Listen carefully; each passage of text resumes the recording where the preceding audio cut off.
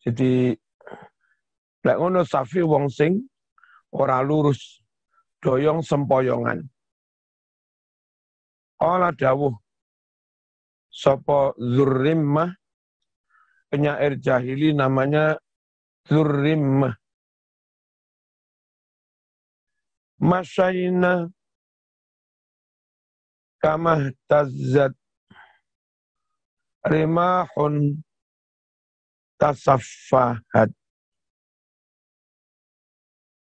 a'aliyaha marrar riyahin nawasimi. Masaina padha mlaku sapa wong-wong prawanmu. Kama kang gawe doyong-doyong apa angin a'aliyaha ing dhuwur-dhuwurane uwit. Marrar riyahi kaya lumakune pira-pira angin. An-nawasimi angin kang semilir sepoi-sepoi. Iki gambarne bocah-bocah wedok sing diceritakan nek mlaku karo sempoyongan egol apa egolan. Kaya uwit ketera angin ya sempoyongan. Wasafah utawi masdar as-safah iku diddul hilmi, suwali'e makna hilm. Hilm kuwi maknane wong kang sabar jembar dodone. Wa huwa utawi diddul hilmi iku khiffatun, enteng, cekak, fasakhawatun lan emyeh, remeh, rendahan. Yak tadi kang mengakibatkan huma ing anane cekak mikir lan emyeh, rendahan. Diakibatkan oleh apa? Nuksonul akli, pancen kurang akal. Bocah kurang akal, terus ngamuan, cekak mikire. Iku namanya safih. Wong Blitar ngarani pekok. Walihada krana iki sammawus ngarani sapa Allahu Allah asibyana ing bocah-bocah. Dan arani sufaha, bocah-bocah kang sik tolol-tolol, durung beneh. Akali turung sehat, turung balik. Quran ngarani sik safih-safih, sufaha. Mana bocah cilik sik turung balik diarani sufaha?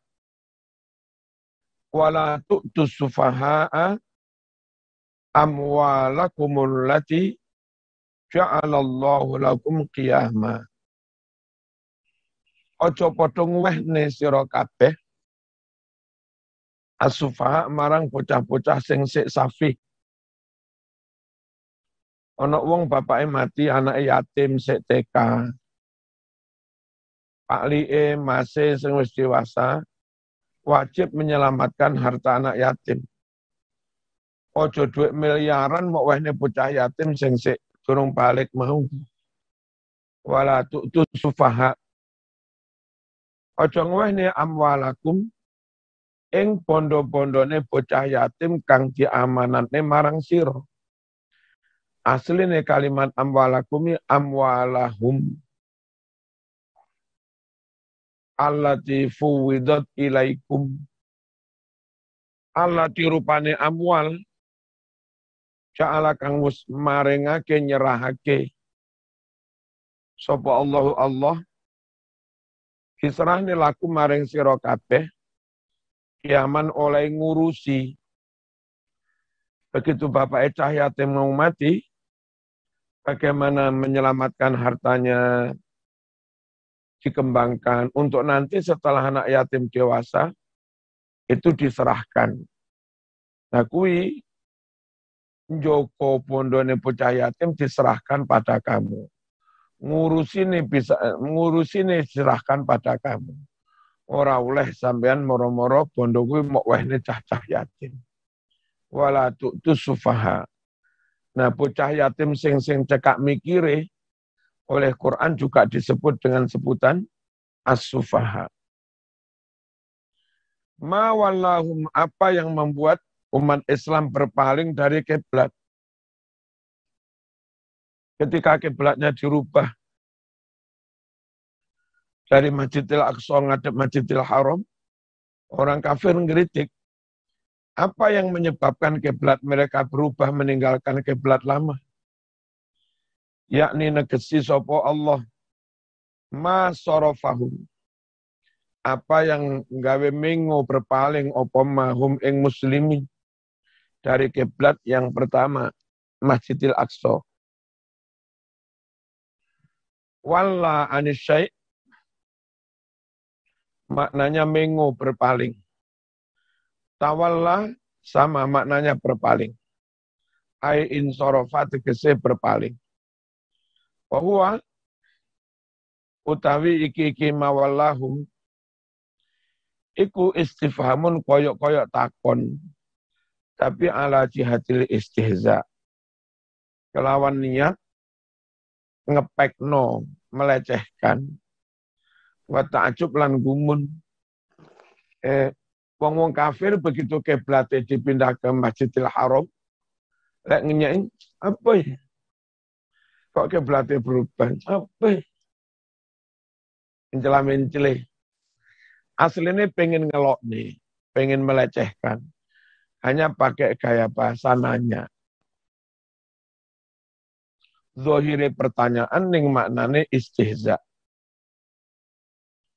Ang qiblatihimul lati kanu alaiha. Al-qiblah utawi lafat qiblah iku minal muqabalah. Saking masdar muqabalah, adep-adepan.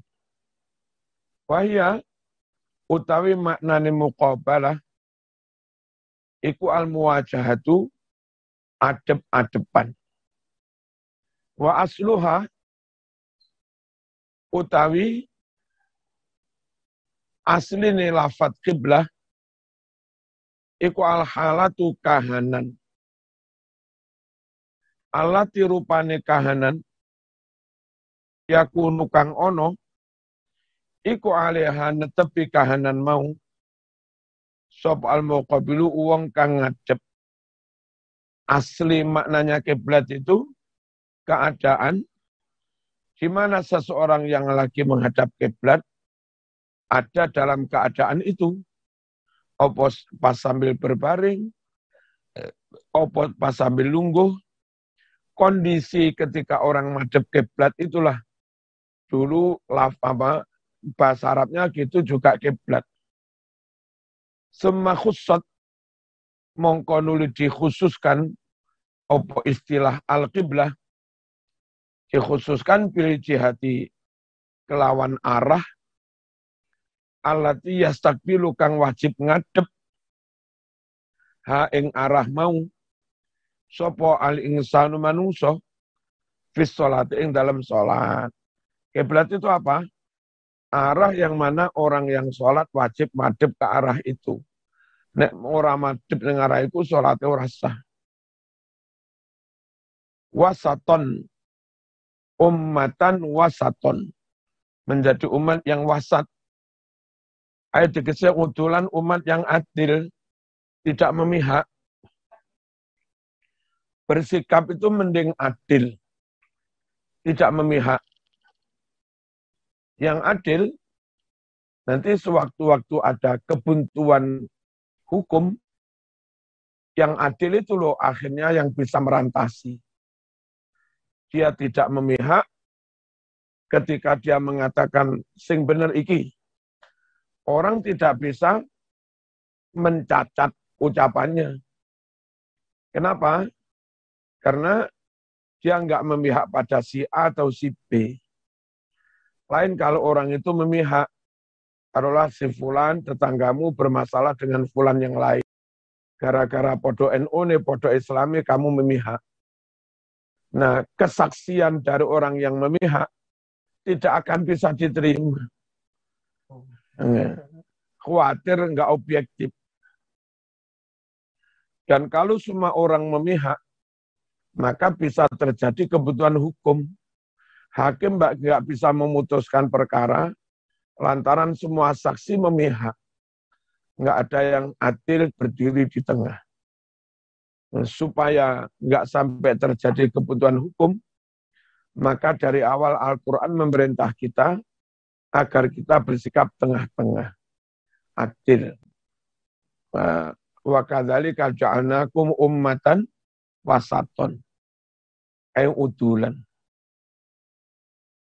Nah saiki aliran akeh, partai akeh, kiai khususnya jangan memihak.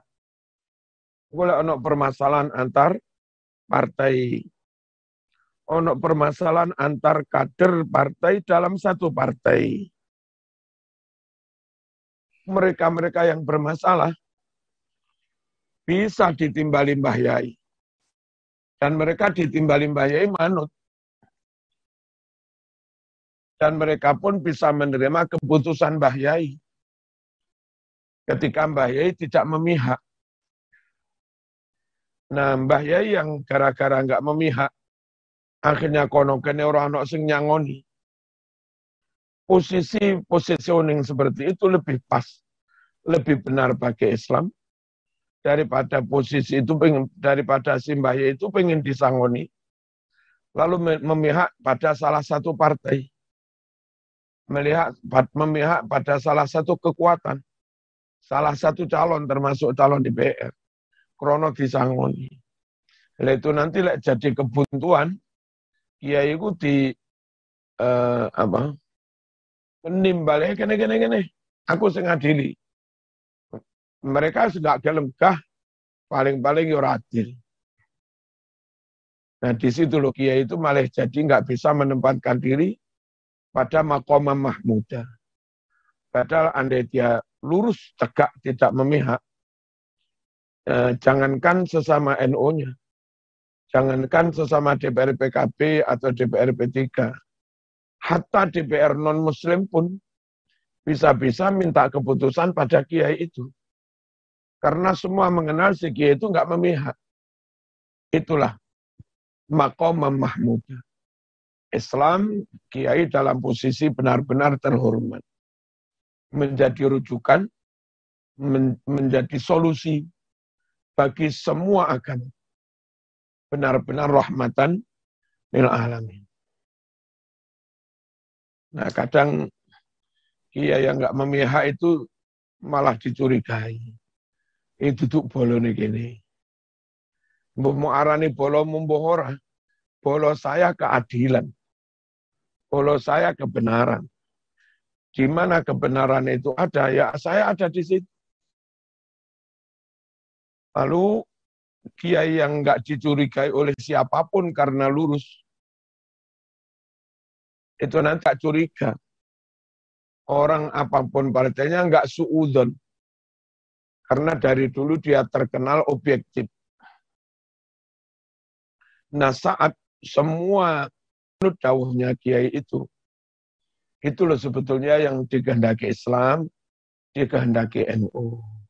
Daripada dakwamu hanya diterima oleh satu kelompok, ditolak kelompok yang lain, lalu kelompok lain yang menolak kamu, akhirnya mencari pendakwah ulama dari golongan lain, dari Wahabi, dari Syiah, rugi. Sekali lagi, kalau bisa para ulama wasaton, udul tidak memihak. Di Quran, i'dilu wa aqrabu taqwa. Bersikap adillah kamu, tidak memihak. Itu yang lebih dekat kepada takwa. Kalau zaman memihak, politiknya politik identitas, Enggak podo iki tolak, lek podo iki masih salah dibenarkan. Nah, itu nanti Islam menjadi dianggap remeh. Islam enggak wibawa lagi. Kamu sekarang dengan politik identitas penuh kedoliman, bisa mimpin bla bla bla bla bla. Tapi kalau 5 tahun berikutnya kelompokmu dikalahkan, habis. Lain kalau kita adil, ulama yang adil di tengah. Saat yang menang kelompok A, si ulama itu ya tetap didengar. 5 tahun berikutnya yang menang kelompok B, si ulama itu ya tetap didengar. Dan semua kekuatan politik tahu bahwa pengaruh kiai yang lurus ini bisa mencapai 50% lebih dari suara rakyat. Calon siapapun ya takut kalau nggak direstui si kiai ini. Nggak ada matinya, nggak ada kalahnya. Kiai ulama yang lurus itu. Bismillahirrahmanirrahim. Udulan, wong kang adil-adil, khiaron orang yang terbaik, terpilih. Wamin hulan iku setengah saking wasaton, maknanya orang-orang yang adil, qauluhu utawi dawe Gusti Allah Ta'ala, qala awsatuhum alam aqul lakum laula tusabbihun. Qala mengucap awsatuhum wong sing paling tengah-tengah. Apa maksudnya? Ulama yang paling adil. Dawuhi, alam aqul lakum, bukankah aku telah berkata kepadamu, laula tusabbihun, mbok yo sira kabeh kuwi padha maca tasbih. Jadi yang menganjurkan supaya padha maca tasbih itu wong sing paling adil. Nah, dalam Quran wong sing paling adil dibahasakan dengan wong sing paling tengah-tengah. Qala awsatuhum. Dan sekali lagi, berbuat adil itu kepada siapapun, termasuk kepada non-muslim. Saya jadi dosen,